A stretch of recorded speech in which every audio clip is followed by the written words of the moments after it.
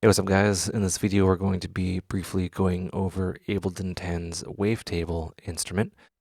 It looks like so. We drop that in here.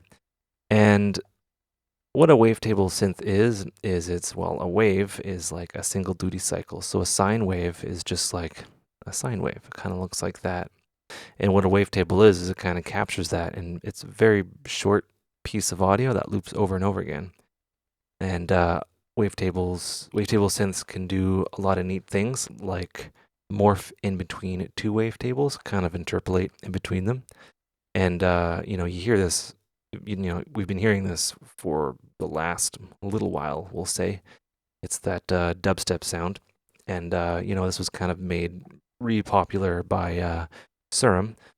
But yeah, Ableton has its own wavetable synth, which is pretty neat. So it comes in 3 different views. This is the first view, which is kind of neatly nested in the audio effect lane here.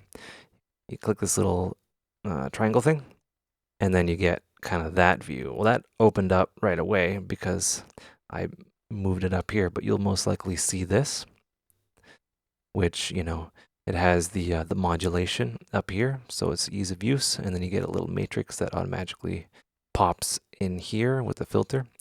And then if you move this up here, the wavetable hops up to the top, modulation down here like before, and then the modulation matrix, or how you route things, is down here. So for the purpose of this video, I do enjoy full screeny stuff. I know you do too, but you can just do that. And I'm going to explain everything in this view. And if you understand this view, you can kind of grasp and program in here. So how it works is, all these tabs kind of explode out as you hit this thing and you move it up. Boom, boom, boom. All right. So we're going to start with a very simple patch, which is the default. And that's what the default sounds like. It's just a sine wave. And that's what it looks like. And this is in the basic shapes situation. So these are basic shapes. You got your sine wave, your triangle, and then you have your saw, and then you have your square, right? Simple shapes. And you can, interpolate and kind of, morph between there. So you can get more of like a triangle-y saw wave in between here, and more of a interesting kind of saw square up here. So I'm not going to go through all of these. I have a feeling that this is all subject to change. Keep in mind that this is a beta. It says so up here. But yeah, there's a bunch of cool stuff like formats. So that's a lot of wavetables all morphed together. Just going to turn it up here. And you use the slider to morph between them, and this is your volume.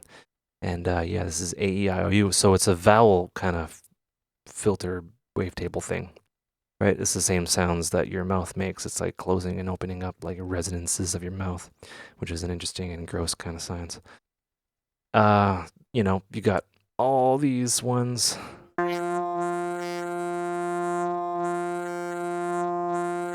Yeah. And what else do you got? You got like noise, you got retro. Things like that. And you can sweep around there. But yeah, let's go with basic. Oh yeah, so you can go filter. So a wavetable can be a filter sweep, essentially.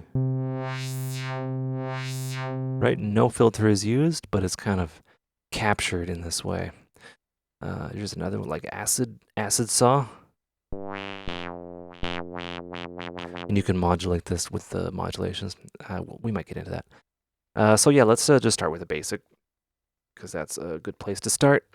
And what we have is 2 oscillators. Oscillator 1, oscillator 2. And yeah, these can be, they're summed together through the filter, whatever. And then you have a sub-oscillator, which is an octave below your oscillator 1.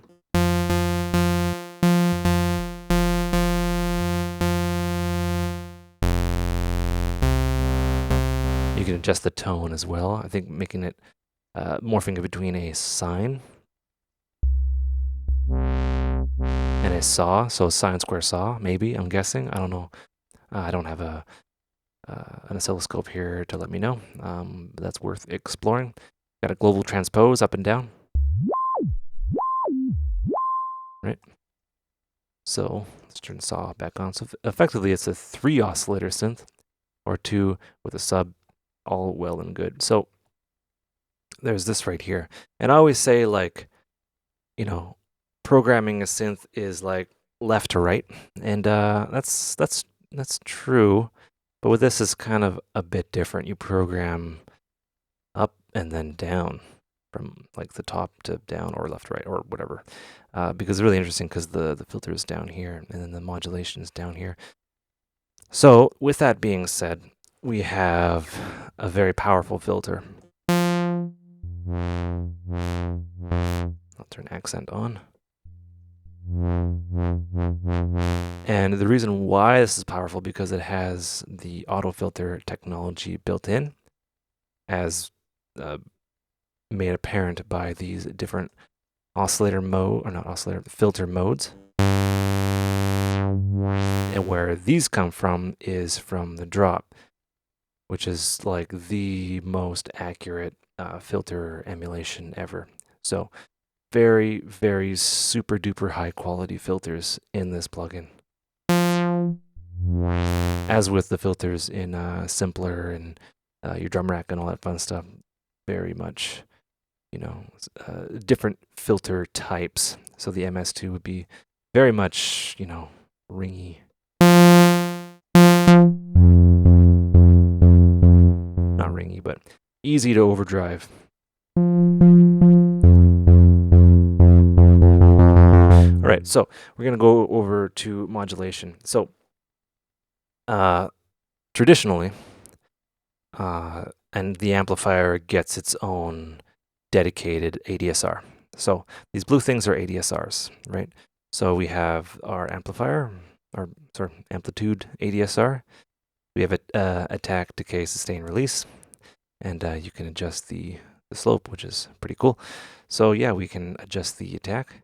I'll just open that up just so we can hear it. Kind of a slow ramp up to full volume and then down.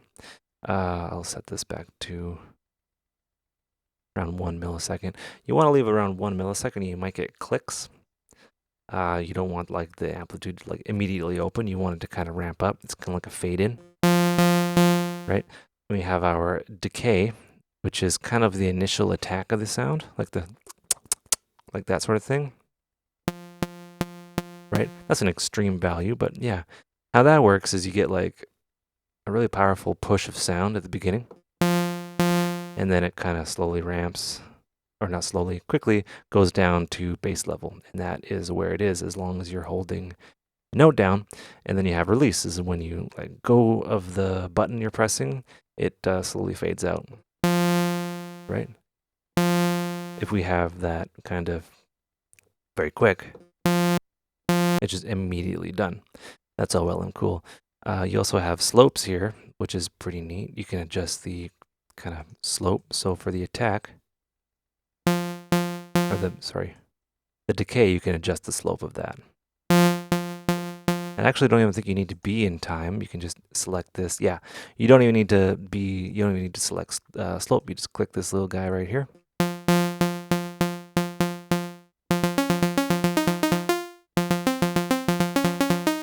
Right, pretty cool. So that is the amplifier. It's global, and it's dedicated. It can modulate other things, but I kind of leave it. All right, so we have 2 more envelopes, and what we can do is we can modulate basically anything in this little matrix here. So we have our filter 1 frequency here. I want to modulate that with envelope 2. So I'm in filter frequency 1, and I'll go over to envelope 2. So it's a matrix. It's like a true modulation matrix, and they don't make them like this anymore. Like, I really, call me an old school guy, call me a dinosaur or whatever, but I really enjoy an actual matrix. So let's just give that a value, and I want it to kind of be here. So here we go. Right, so it's kind of ramping down to here. I can adjust it and just go down an octave.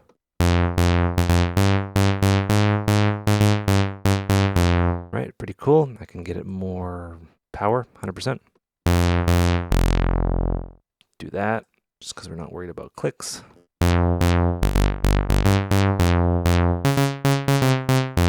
Right, very simple, very powerful, very analog-y, if I can say so. And yeah, so that's the filter there, modulated with whatever. And yeah, it's kind of context sensitive. You adjust and it creates a new kind of thing for anything you want to adjust. I can even modulate the drive. So I want to do maybe something else. I want my LFO, which is another one here. So this is triggered to your note presses, these envelopes here. They're not, oh yeah, so you can trigger and then loop them, which is cool. Okay, let's loop them.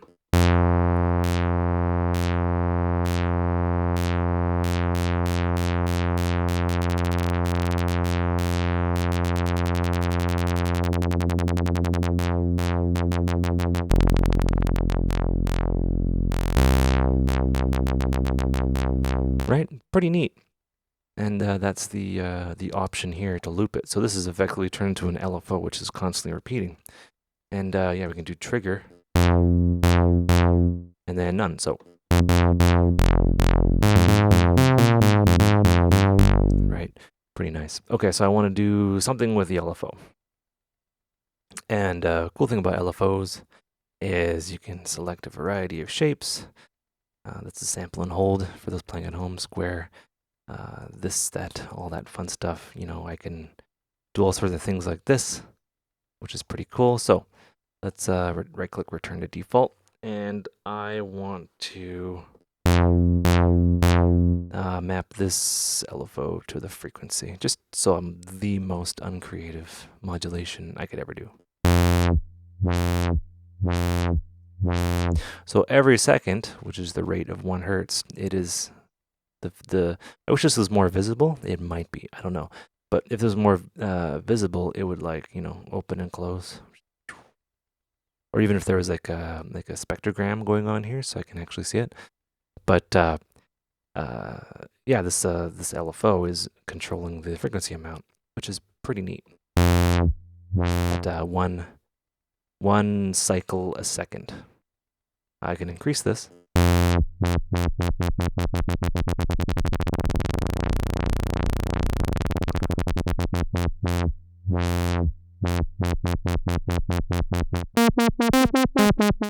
All right, and I can do all sorts of stuff like that. I'm going to trigger this.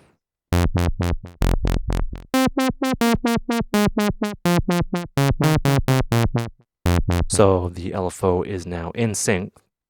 The rate has disappeared, and now it's an eighth. So every eighth note, it will do a cycle, which is pretty cool. So context matters. And yeah, we have this shape here. I can adjust the shape. Now it's more of like a square. I can adjust it so it's more of like a fold backy.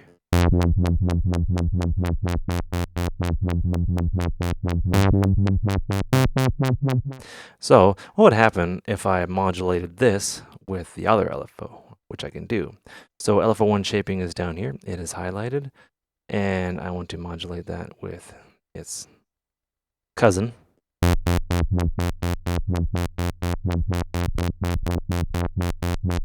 And I want this to be synced. Maybe have this quarter.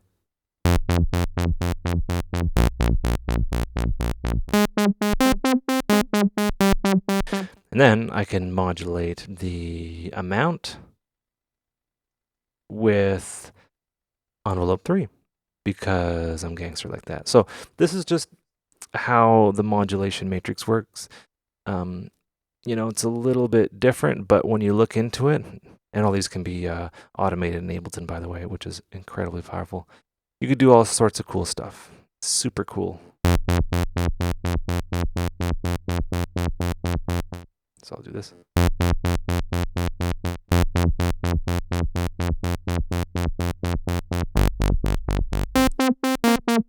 It'd be really cool if there was like a visual representation of what was happening.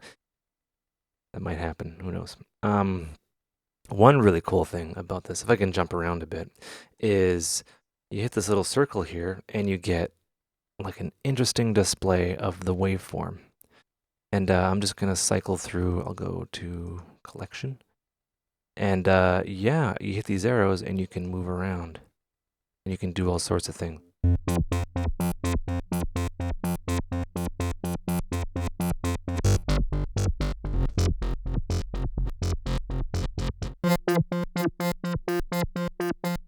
Right? So let's get a little bit nuts here. I'm not a Max for Live aficionado, but it's something I want to get into because it really makes Ableton very, very way more powerful. And yeah, let's just drop in an LFO. I don't know if this will work. Yes, it does. So Max for Live, I don't even need these LFOs. I can just do this. I can just map this LFO to my little tree ring thing here.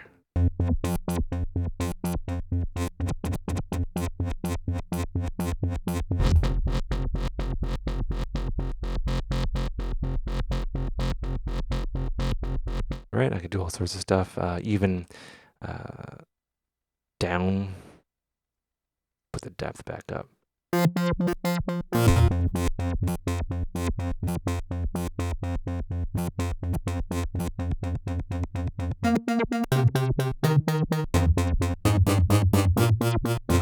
All right, so from there, you can do all sorts of stuff. And you can add more oscillators, and you can even kind of nest this, and you can stack these, and then have LFOs modulate other things and things of that nature. But yeah, that list looks really cool. I can look at that for hours. You can cycle through with these arrows here. I don't think if I showed you that. But this is like a really cool representation of what's happening. Yeah, so down here, we have our volume, our polyphony. So you can go from polyphonic, which is more than one note at a time, to monophonic, which would make more sense for bass. So mono is like one note, and you can set the glide speed, so it'll glide up and down, so the pitch tracking is kind of weird. Or poly, and you can have this set to like, 4 or 8 or whatever. You can do all sorts of stuff. One thing that's really cool is the unison. There's a number of different unison modes. And, there's classic, which is basically just copying all this and then stacking it 3 times by the voice count, and then detuning them slightly. So here's a 2 with no detune, so it's basically stacked up in theory. A little bit different than stereo, but whatever.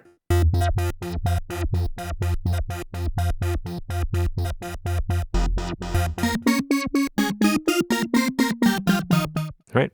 And then you can really drive this to the classic 8 voices. With not much of a difference in the CPU usage, which I find to be really exciting.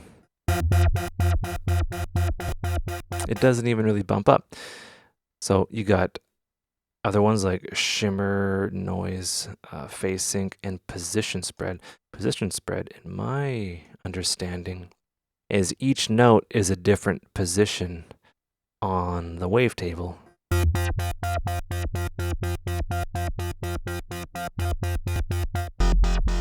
Which, if that is true, then, CPU usage isn't that much, which I find to be rather exciting. So, yeah, that is as of November 3rd, 2017.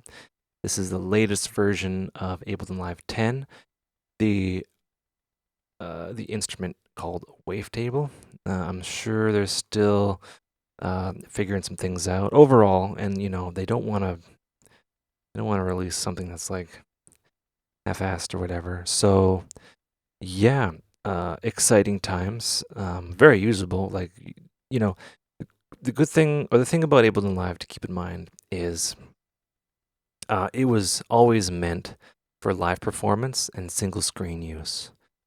And, they've kind of kept that when you kind of go down here. That looks so freaking cool. When they kind of, go down here, you can kind of nest it. It's all down here and it'll always be this size. Ableton things will always be that size. But much like the EQ, people wanted the the EQ to be more powerful, and they did. They put in some really quiet, really high quality filters in here, and the ability to full screen. And it's you got to give them props for that. So with Wavetable and a few other instruments, you can absolutely use it in this. You have pages, and it all makes sense here. But you can also expand, right? You're like, okay, I want to control, modulation here and, do stuff. Or I just want to freaking look at stuff and, program a synth. Anyway, so for those that missed it, I did a stream today and it was terrible. Like the internet kept on cutting out. I have a Patreon page in my link description, and I have a goal to get 4G satellite internet to where I live. I live on a very small island. I live in I'm 40 kilometers out of Vancouver, but there's the internet here is terrible. So there has to be something that occurs to get better internet. And there's the ability to get satellite internet. It's kind of expensive to get set up because you need a dish and it needs to point to space, which fascinates me. So yeah, I have a Patreon link. If you want to, that would be very appreciated. And yeah, this winter I'm gonna be all about tutorials and Ableton 10 and all sorts of things. I want to be getting down. So yeah, your support is cool. And yeah, let me know in the comments. But whatever, share this video. I'm a little bit late to the party, but whatever. Yeah. Hope you learned stuff. Take care and have a good one.